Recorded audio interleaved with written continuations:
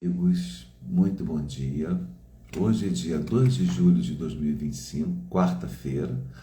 Estamos entrando na timeline de vocês para poder fazer a nossa conversa fraterna. Sejam bem-vindos. Bom dia, seu Luiz, bem-vindo. Bom dia a todos que vão entrando. Hoje é dia 2 de julho de 2025. Estamos aqui às 8 horas da manhã, iniciando a nossa conversa fraterna. O capítulo de hoje do livro Palavras de Vida Eterna, da psicografia de Chico Xavier por Emmanuel, tem como título, é o capítulo 98. E o capítulo 98 do Palavras de Vida Eterna tem como título Filho e Censor. Bom dia, Rosa, bom dia, Raquel, sejam bem-vindas. Ana Maria, querida, como vai? Então vamos lá, pessoal. Capítulo 98, Palavras de Vida Eterna, título Filho e Censor, mensagem evangélica. Mas, respondendo ele, disse ao pai: Eis que te sirvo há tantos anos, sem nunca transgredir o teu mandamento, e nunca me deste um cabrito para alegrar-me com meus amigos.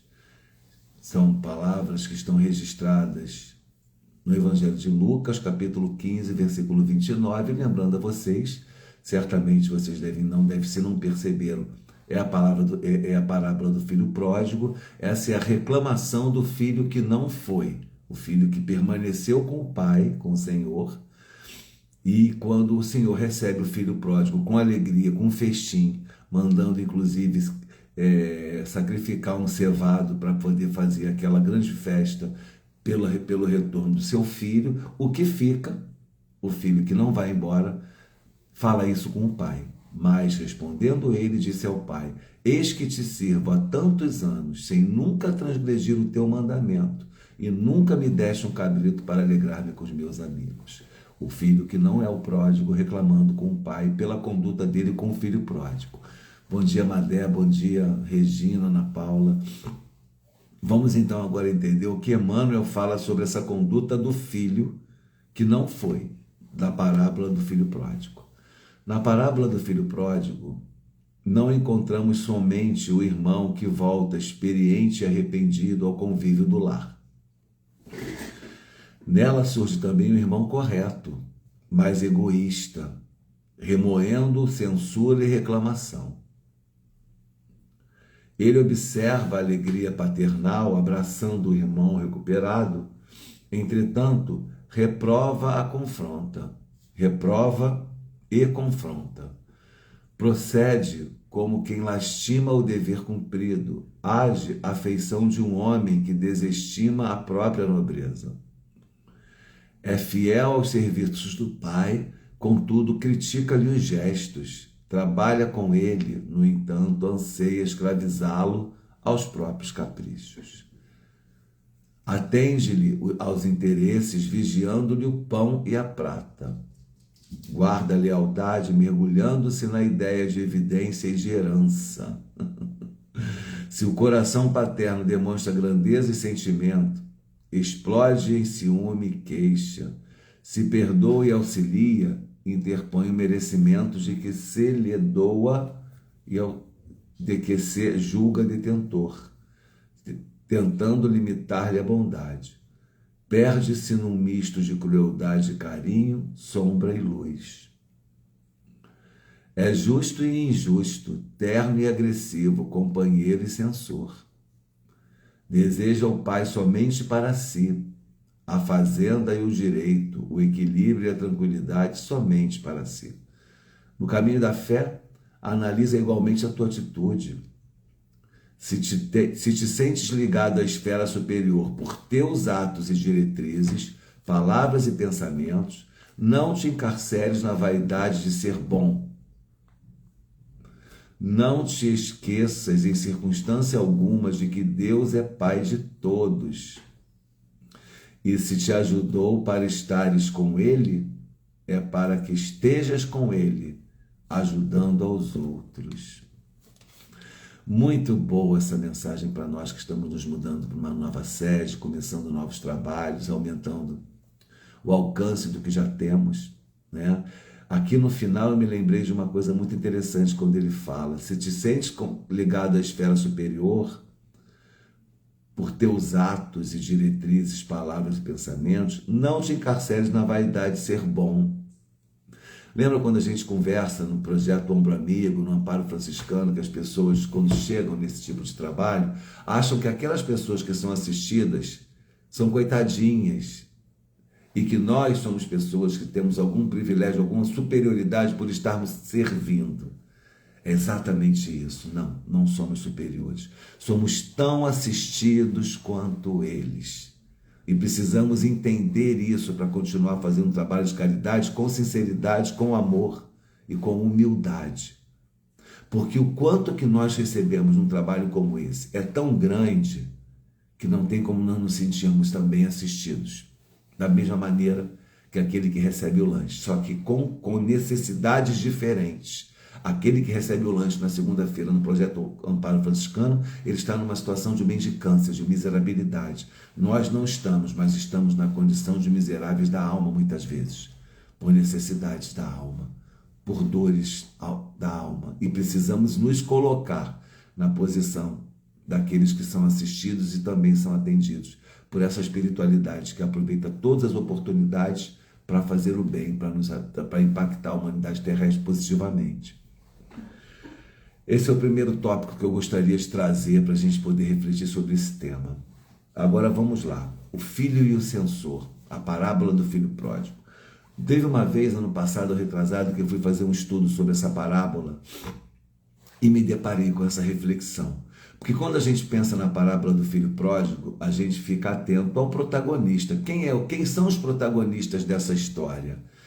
Em tese, é o pai e o filho, que é o pródigo, que reclama a herança que o pai entrega, deixa aí, vai, bate cabeça, gasta tudo, cria grande experiência de vida por aquela vivência que ele teve e volta cabisbaixo para o seio do pai, pedindo ajuda porque nada mais tem, e o pai o acolhe com alegria.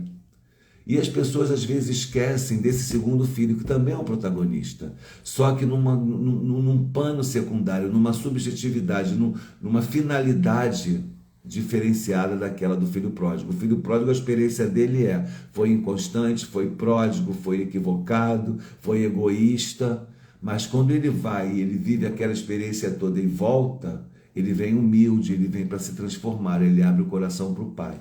O pai é aquele que dá, que tem a complacência de permitir o livre-arbítrio daquele filho, e é aquele que recebe de volta, sem mágoas, aquele filho que se foi. É Deus. Mas o outro filho da parábola é muito rica também a experiência que ele traz e a participação dele. Porque aquele filho Mauricinho, aquele filho que temente ao pai, aquele filho que fica na fazenda cuidando de tudo, obediente ao pai, aos nossos olhos humanos parece que ele é perfeito. Nossa, que graça, que filho maravilhoso, responsável, educado, temente ao pai, obediente. Mas olha ele mostrando a face dele aqui verdadeira, ou melhor, uma outra face, egoísta, ambicioso, invejoso, hipócrita. Por quê? Porque ele está ali, quando o outro filho volta, ele se sente ameaçado, ele se sente injustiçado, ele se sente enciumado e também está preocupado com o todo, porque se são dois filhos e um filho já recebeu a sua herança e partiu, tudo aquilo que é daquele pai agora e que eu estou com o pai enriquecendo ele cada vez mais, vai ser meu um dia. Então eu já não faço mais pelo meu pai, agora eu faço por mim.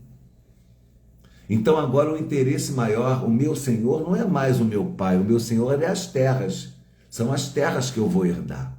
É isso que eu estou agora servindo, é a isso que eu estou com propósitos, é para isso que eu tenho propósitos agora.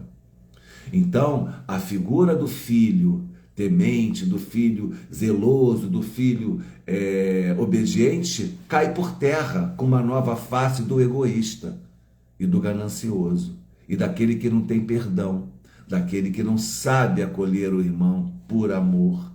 Somos todos irmãos. Mesmo que erremos, continuamos irmãos. Acertando e errando, somos irmãos. Precisamos ter a compaixão pelo outro. Então, essa parábola do filho e o censor, essa passagem do filho, esse capítulo, né, do filho 98, filho e censor, que faz essa reflexão sobre a personalidade do segundo filho, aquele que fica meio apagado na parábola do filho pródigo, é muito rica para nós todos. E aí a gente vê as pessoas indo para os templos, indo se relacionar com Deus, sempre na finalidade de receber algo em troca. Eu quero uma família perfeita, eu quero saúde, eu quero paz, eu quero marido, eu quero esposa, eu quero dinheiro, eu quero riqueza. Aí eu vou me relacionar com Deus, sempre com a finalidade de aguardar o que eu estou recebendo em troca.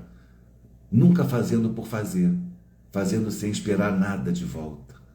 Somos todos então esse filho que ficou com o pai e que é tão errado quanto o outro, ou às vezes é até pior, porque o filho pródigo retorna arrependido, gente. Mas o outro filho estava ali o tempo todo e continua invejoso, enciumado. Quando acontece essa situação, ele mostra uma nova face. Era uma face que já existia nele, mas estava oculta, mas o pai sabia. Por isso que, inclusive, o pai, quando ele vai ter esse diálogo, porque esse assunto não vai entrar nessa nossa conversa, o pai responde a ele quando ele fala sobre isso. Ele fala: qual é o problema de eu receber o meu filho com amor? Por que você está enciumado? Eu não estou tirando nada de você. O que é seu está resguardado, mas o que é meu, esta casa é minha. Esta fazenda é minha, eu dou a quem eu quiser. E por que eu não posso compartilhar mais uma vez com ele também, se é meu e não seu? Nós temos que entender, meus amigos, que a herança a gente só recebe quando os nossos pais morrem. E para você ser herdeiro, você precisa ter o dissabor de enterrar o corpo do seu pai e da sua mãe. Então, que nós não sejamos herdeiros nunca, mas teremos que ser um dia, que isso demore, para que a gente não tenha que viver, antes de receber a herança, essa situação que é tão dolorosa. E aí, quando a gente entende que o que é do meu pai, o que é meu, eu não fico ganancioso com aquilo que eu não tenho e eu não fico me enganando a mim mesmo, porque muitas vezes a pessoa se engana, não percebe. Quando você vai ao pai só porque você tem interesses pessoais, materiais, emocionais, financeiros, seja lá quais forem, você não está indo pelo pai, você está indo por interesse pessoal. E o pai, que é perfeito, que é sábio, percebe isso. Como é que eu estou me relacionando com Deus nesse momento? Qual é a minha proposta e qual é a minha finalidade de ir na casa espírita, de ir ao evangelho, de ir a um estudo, de ir a uma missa, ir a um culto, seja lá o que você quiser?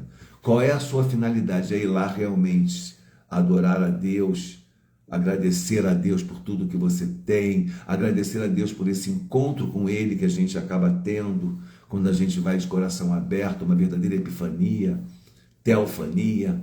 Ou vou lá porque eu tenho interesses em manter a minha vida como está, em melhorar, em me proteger das pessoas e das coisas da vida? Se eu for lá por qualquer interesse que não seja adorar o Pai e progredir, evoluir espiritualmente, eu estou barganhando. Eu estou adorando outro Deus que não seja aquele, que não é um Deus que representa riqueza, que representa poder, que representa ganância. Esse Deus aí ficou no passado. Esse Deus vingativo, rancoroso, ficou no passado. Deus é amor. E é muito legal a gente lembrar dessa mensagem, da gente estudar o outro filho do Senhor, que não é o filho pródigo, na própria parábola, que ele é tão protagonista quanto o irmão, só que fica para o final essa reflexão e a gente acaba perdendo esse fio da meada e deixando de vivenciar essa experiência tão rica que é perceber a personalidade do filho que não vai. o filho bonzinho, o filho temente ao pai,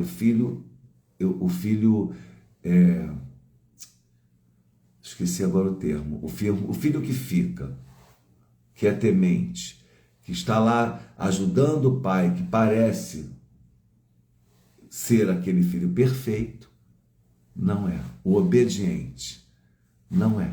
Porque ele está naquela capa de cordeiro, porque está interessado no que vai receber com aquela relação, e não pelo amor puro e simples pelo próprio pai e pelos irmãos. Então, quando o outro irmão retorna, ele se sente ameaçado.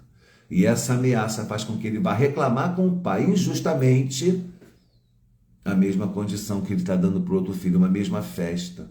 E reclama, ó, eu que sempre fui bom, sempre estive aqui, sempre te ajudei, sempre ajudei a enriquecer a sua fazenda, nunca ganhei um cevado, nunca ganhei um cabrito para festejar com os meus irmãos. Ele que foi embora, te abandonou, o senhor está fazendo isso. Aí o pai diz, mas ele está voltando.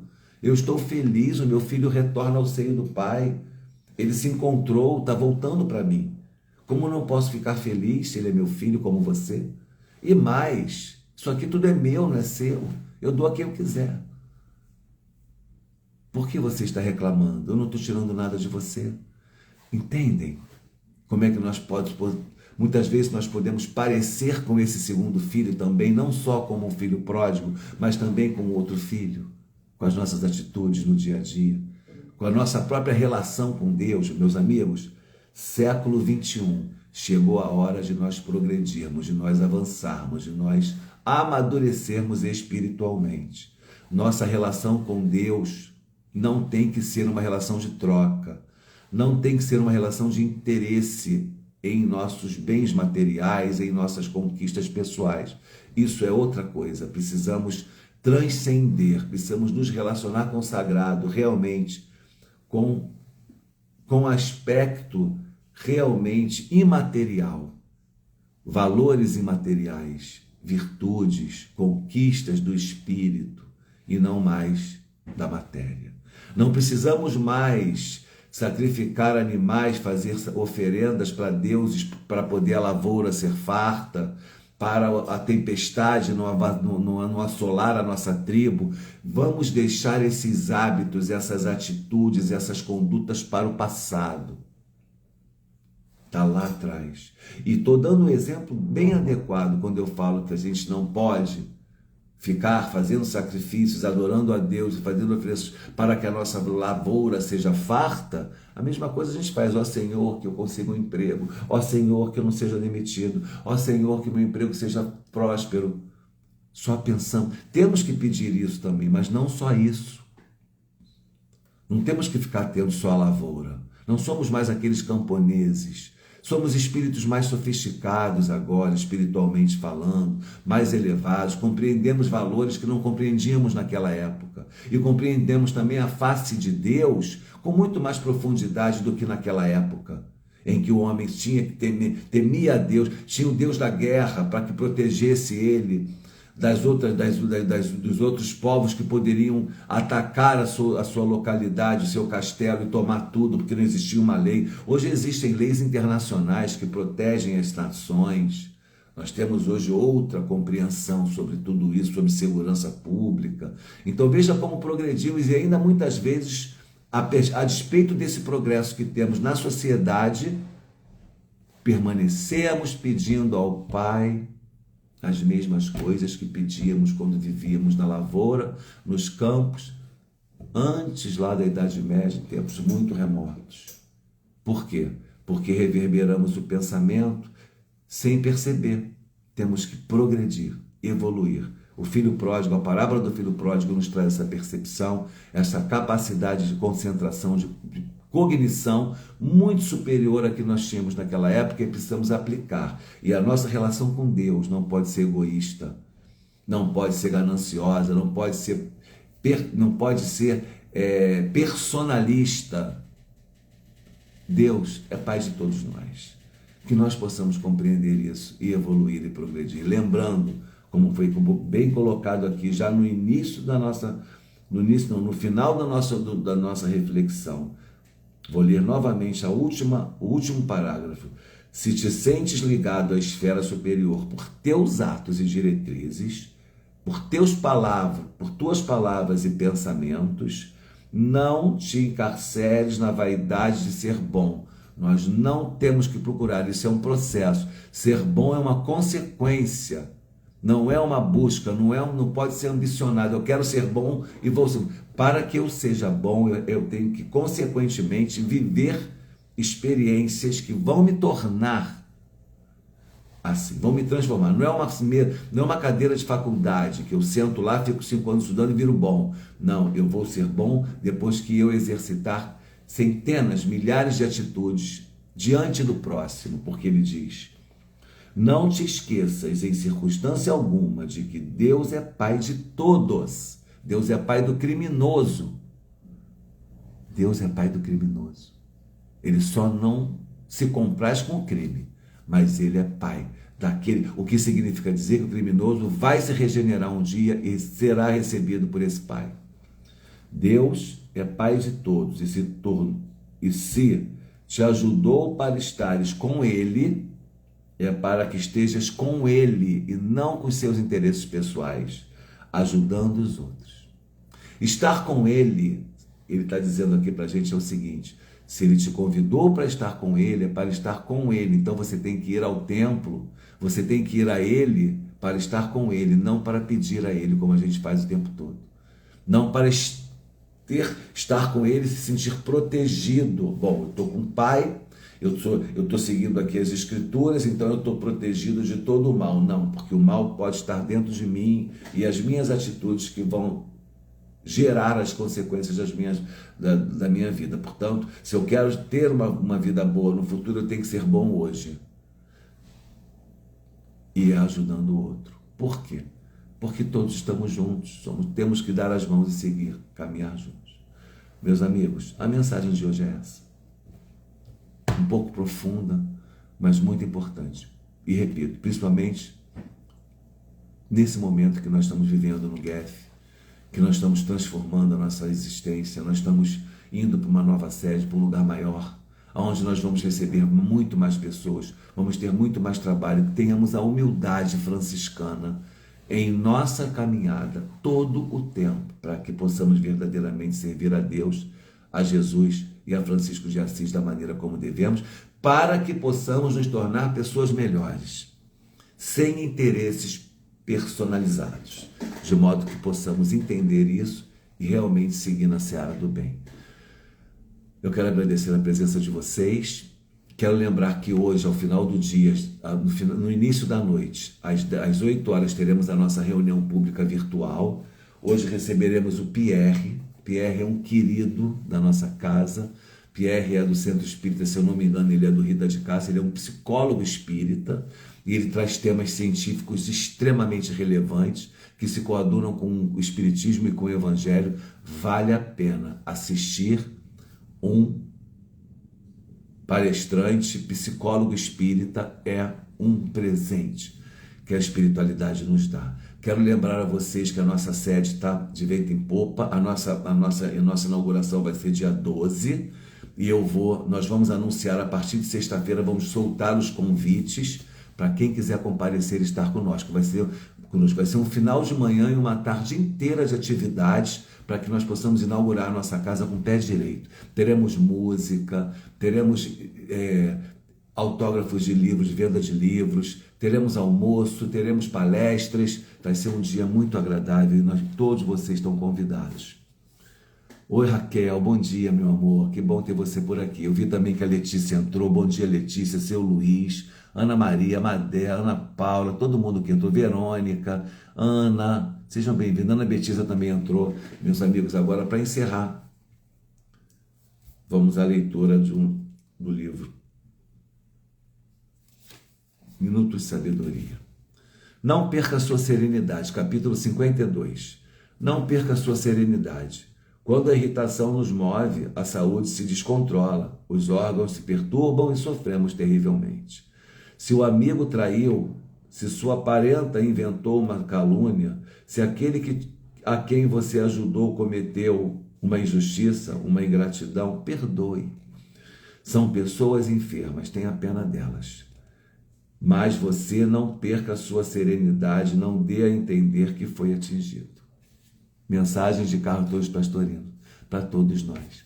Letícia, querida, fica atenta. Nossa inauguração vai ser dia 12. E eu conto com você. Edila vai também, vai uma galera do teu centro espírita. E eu espero contar com você para a nossa evangelização, meu amor. Dia 12, às 11 da manhã, 10h30 da manhã. Mas eu vou jogar o convite essa semana. Sexta-feira já vou avisar todo mundo, tá bom? Um beijo no coração, meus amigos. Paz e bem a todos. Até a próxima.